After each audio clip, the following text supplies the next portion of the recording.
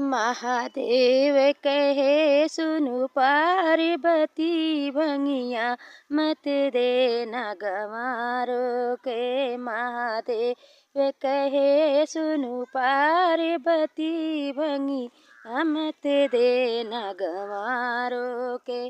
राम के कपड़े नीले थे, श्री कृष्ण के कपड़े पीले थे। महादेव के कपड़े बागंबर भंगिया मत देना गंवारों के। महादेव कहे सुनु पार्वती भंगिया मत देना गंवारों के।